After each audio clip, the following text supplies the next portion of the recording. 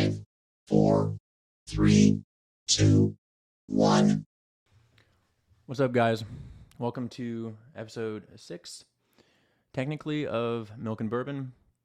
I keep switching backgrounds on you because I haven't quite found one that I liked yet, so we're working on it. This episode is going to be about the book Utopia by Sir Thomas More, and I'm going to review Colonel E.H. Taylor for the bourbon today.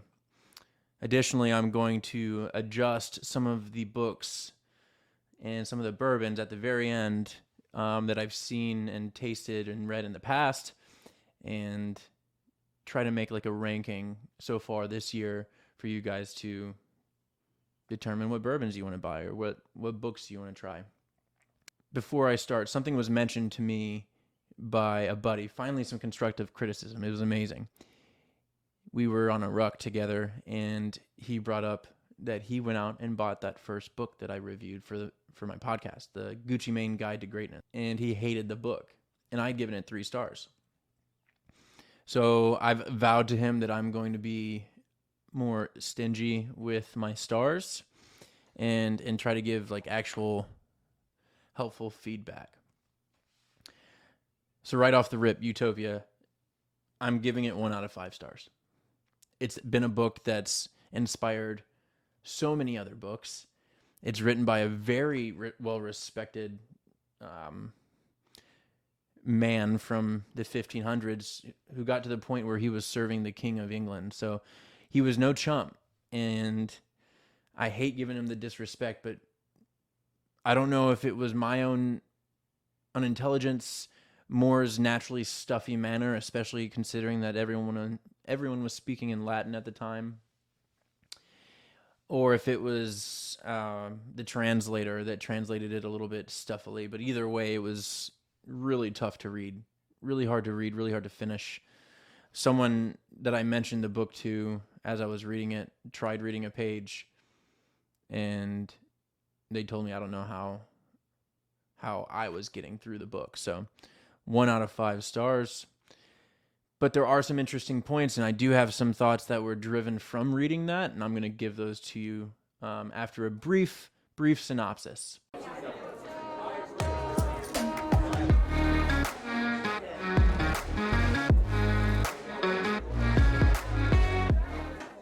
This book centers on these 2 characters that have been introduced by a mutual friend. The 2 characters are both very well-learned men, well-traveled men, well-respected men. One of them is named Raphael, and the other one is named Moore.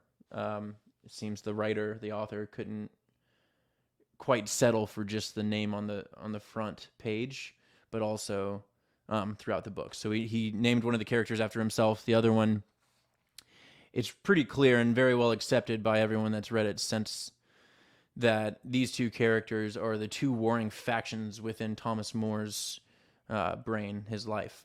Because on one hand is this very black and white, very religious, very pious man, and then on the other side is the statesman, the shrewd, smart, I wouldn't say conniving, that's not the right word, but the guy that knows that everything can be changed at once, and so he changes small things almost imperceptibly over time.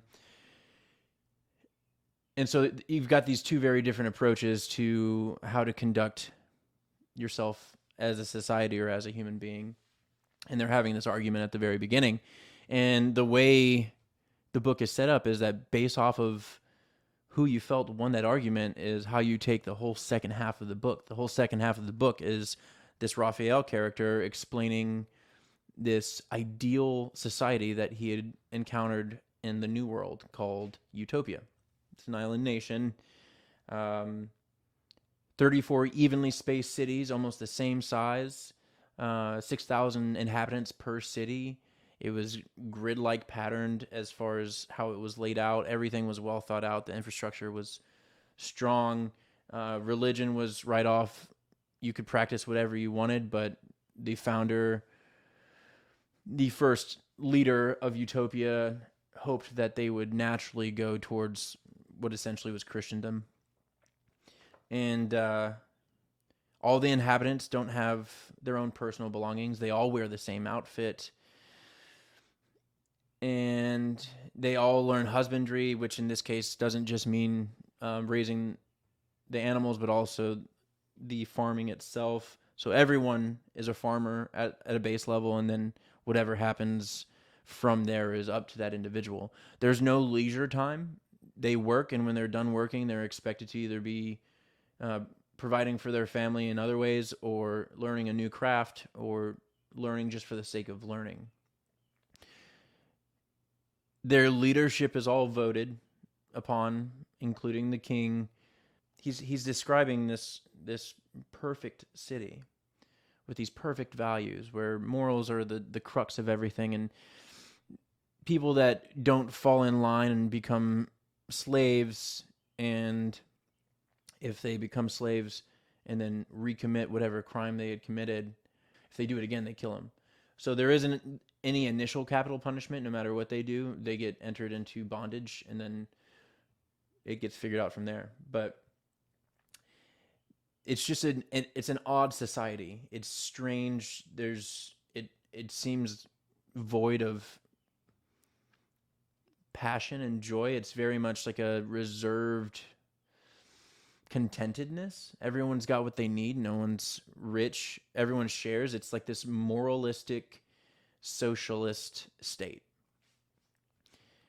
And the book is just stuffy from start to end. And there's sentences that take full half pages in this book, and it's maddening, actually.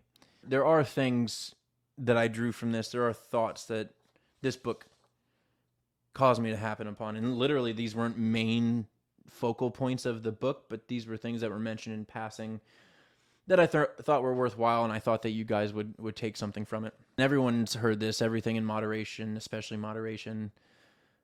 Too much of a good thing is a bad thing. Too much ambition will prevent a man from actually enjoying the fruits of his labor, or really just the labor in and of itself.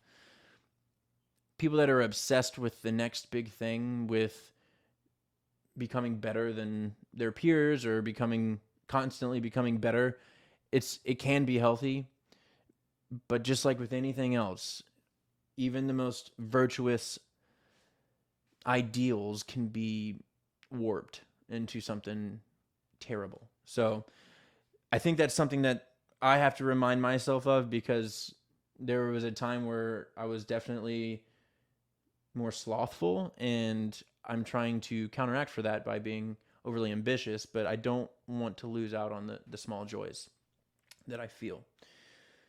So that was the first point, and it was literally in passing within the first 20 pages of the book. And it was during this argument that Moore and Raphael are having that's brought up, something about too much ambition, too much confidence is avarice, those types of things. The second thing, you win in an argument with a fool, you are bound to lose, because what happens is you have to stoop to their intelligence level, and they will beat you at that intelligence level with experience.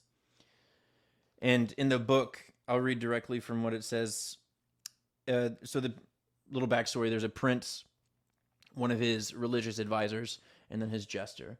And the jester mentions something about how the religious man is much like a beggar, because he relies on other people's donations to survive. And obviously that ticks this guy off. He's a proud man of God. And so he starts flying at this jester with these insults, and the jester's laughing at him, because the jester's already won. And the prince says, if you would not set your wit to a fool's wit, and with the fool take in hand a foolish contention. And that's how it's worded. That whole book is worded strangely. It made me want to drink, which thankfully we'll be doing soon. Why get angry when an idiot tries you? Is something that I've had to learn as I've aged. Almost 31 now. 23-year-old Nick would argue over anything. It's like that one meme where the guy's sitting there is like, change my mind. I was always about that.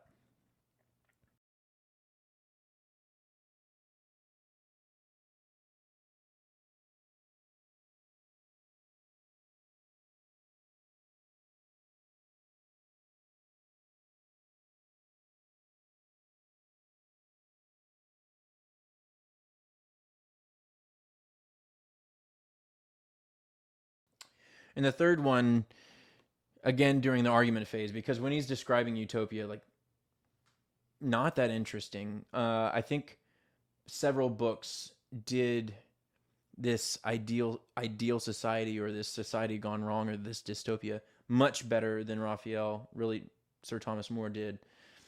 Lord of the Flies, Clockwork Orange, 1984, Brave New World. I read that one last year. I don't know why it slipped my mind. All those books do it better. All of them. And so really everything that I got from the book was Raphael's and More's argument in the first half of the book. And so More is imploring Raphael to assist the prince because he sees immediately that this man could benefit the state, benefit the prince, benefit running that society. Because this prince is surrounded by these snakes that are able to bend his ear to their whisperings, and they have undue influence on how the state is ran, and More is imploring Raphael to help him with improving everything in that state. And so he says, you cannot, even as you would, remedy vices which use and customs have confirmed. Yet for this cause you must not leave and forsake the commonwealth. You must not forsake the ship in the tempest, because you cannot rule and keep down the winds. So he's saying that there are things that are inevitable because of society's weight is far stronger than any one man's ability to reason. So I saw this really funny poem, and it's written by this poem's written by Herman Melville, who wrote Moby Dick. And it says, "What though reason forged your scheme? 'Twas reason dreamed the Utopia's dream. 'Tis dream to think that reason can govern the reasoning creature man." So what he's saying is that, like, and this is Herman Melville basically agreeing with the character Raphael, that there's nothing he can do to fix this state because he's only one man, and the inevitable tide is going to win over. And Moore is arguing that yes, that tide might win over, but it doesn't detract from the dignity you receive from trying to fix it, if that makes sense. So I thought that was cool. Like, fighting that fight, knowing that you're going to lose the battle, is far more honorable than fighting that fight knowing you're going to win. And that sounds very fatalistic, but it is what it is.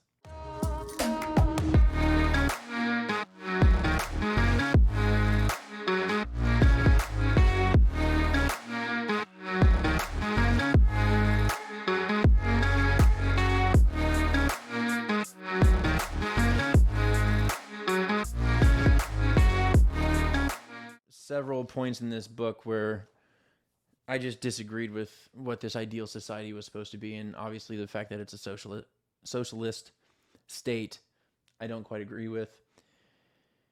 And it's talking about how, like, it would be so much better if it was a socialist state because everyone has the same thing, so no one goes wanting, no one's just obscenely rich.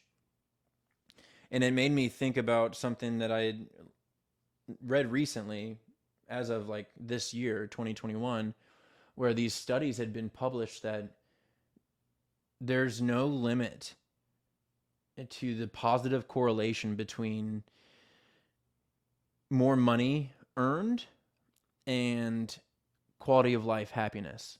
So there was a study back in 2010 that had said that it kind of caps at $75,000. Anything lower, you get decreasingly more happy, I guess is the way to say that. Anything above 75,000, it's the same quality of life, same happiness, I guess. And this more recent study in 2021 said, no, that's bullshit. We've used this app that happens in real time, prompts people in real time to rate their happiness on several different levels, different types of happiness, different contentedness, happiness, stuff like that. And it measured 34,000 employed individuals from 18 to 65 over 7 years. So all these people are giving real-time data for 7 years, and there was a positive correlation. 100%. The richer you got, the happier you were. And then I read another study that actually gave me even more of an idea of how I feel about riches. And it's the difference between being rich and wealthy. And this is a study that was published 2 years ago. And there is definitely a difference in people being rich and wealthy and how that affects their happiness. And the people that are wealthy have that positive correlation that's even stronger. People that are rich, it breaks down a little bit. And here's what the difference is. A wealthy person has enough money. The wealthier you are, the longer you can live at your current state based off of your liabilities versus your assets.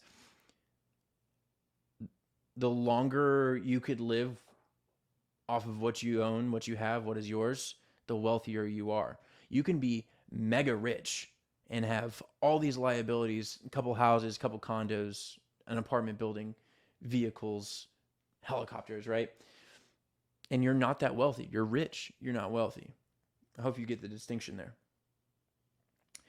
And I just thought that was a couple of interesting things. A wealthy man is, in fact, far happier than me, your regular guy, which was sad a little bit. But it kind of, I'm never going to say exactly how I feel as far as socialism versus capitalism. I think there's flaws in both. I think there's positives in both.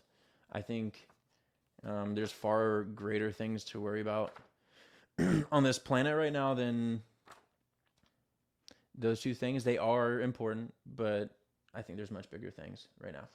So what I want to do for this last segment, I'm backtracking a second. I want to call it head buzz from here on out, not science and tech.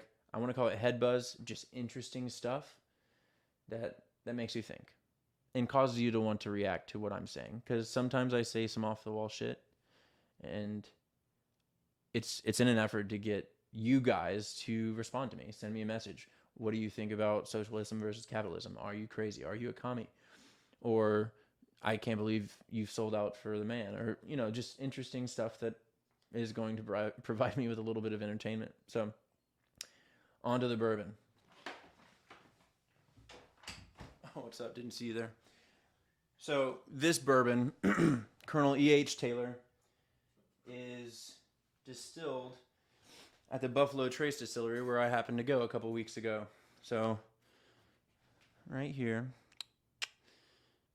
Always got to fight the glare every single time. It's a beautiful bottle. It actually comes in this really cool cylinder. You can only get one every 3 months per person. They check your driver's license. I actually haven't done any prior research for this bourbon. I don't know what the tasting bill is going to be like. I kind of wanted to do a full send, give you like a straight up, this is what I think. I didn't want to be influenced by reading that there were certain flavors that were interesting. So yeah, we're just gonna do a blind taste test, and I'm gonna tell you what I feel about it. Maybe be wrong. I don't know. We're gonna find out. But like I said, I've actually restructured my rating for all the bourbons that I've tried so far, along with all the books that I've tried, because I realized that I was being too kind with both the books and the bourbon. Like I rated 1792 too high. I rated Bullet too high. I kept changing the rating for my Blood Oath Pact 4. I think it steadily grew because I was realizing that it was better than I originally thought. So I'm going to give you definitely a restructuring, but in the meantime, this blind test of Colonel E.H. Taylor, I'm ready if you are. 100 proof, bottled in bond. I told you about that bottled in bond last time, so it's got those strict standards. I don't know if that's just a ploy to sell more, but oof, heavy nose. Heavy alcohol on the nose.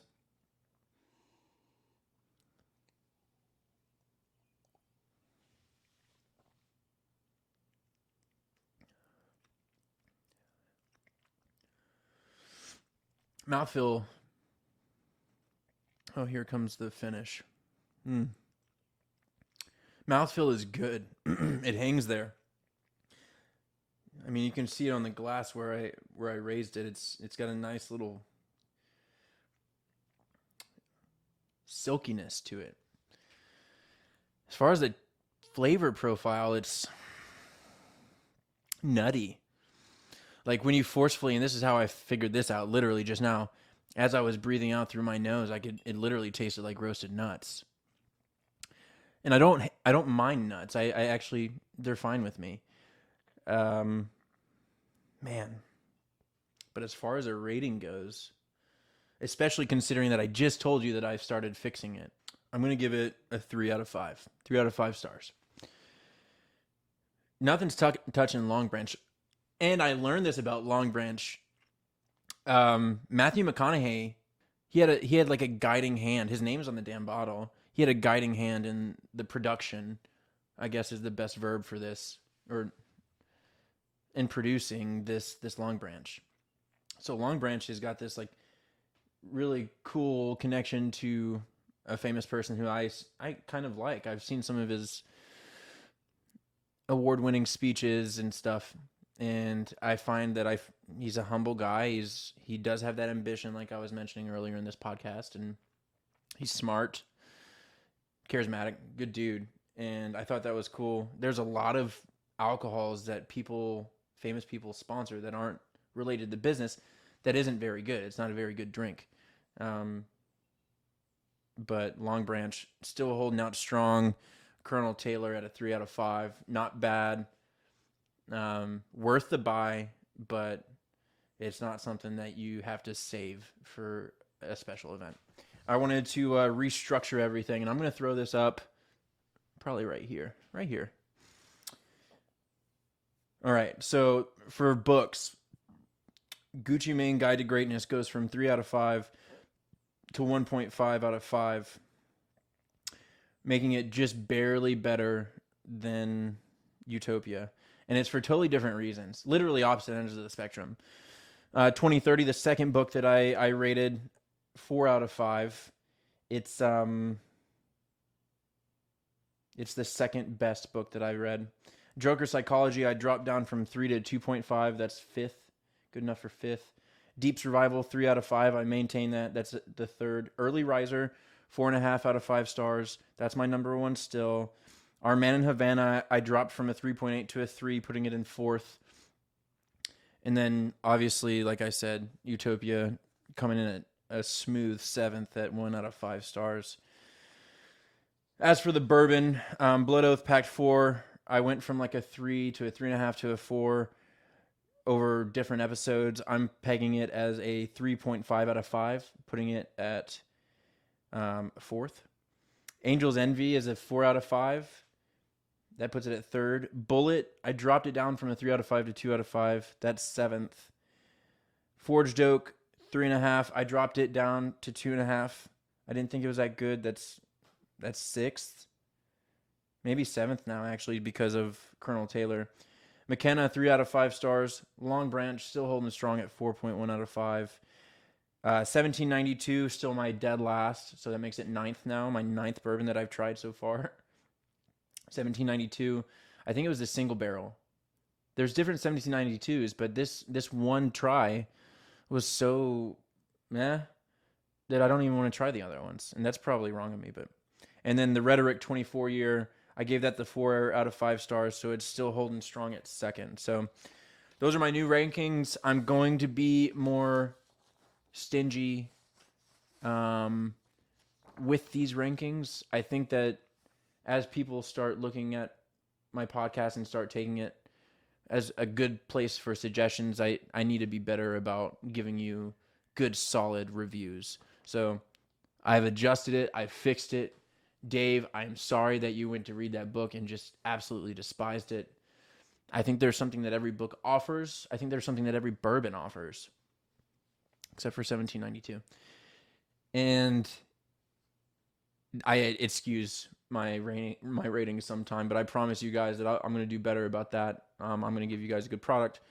As always, I appreciate you guys coming, enjoying this time with me. I'm having a lot of fun still doing it. It hasn't ended for me. It's still just as good as ever for me. So I'm glad that you guys stick around with me. For the next podcast, I'm going to try to get either my dad or my best friend on. So that's something to look forward to. And if it's going to be a couple of good podcasts here in a row about some really good books too.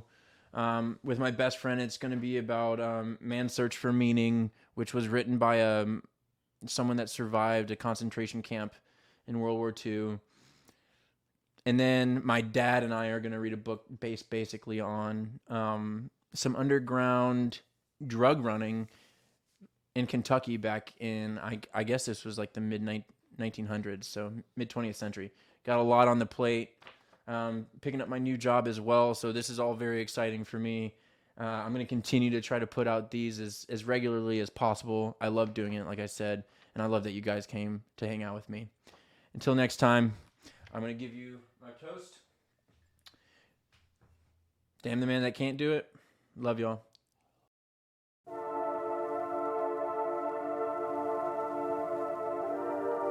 Fresh, pure, and energizing milk. Bourbon on the Rock.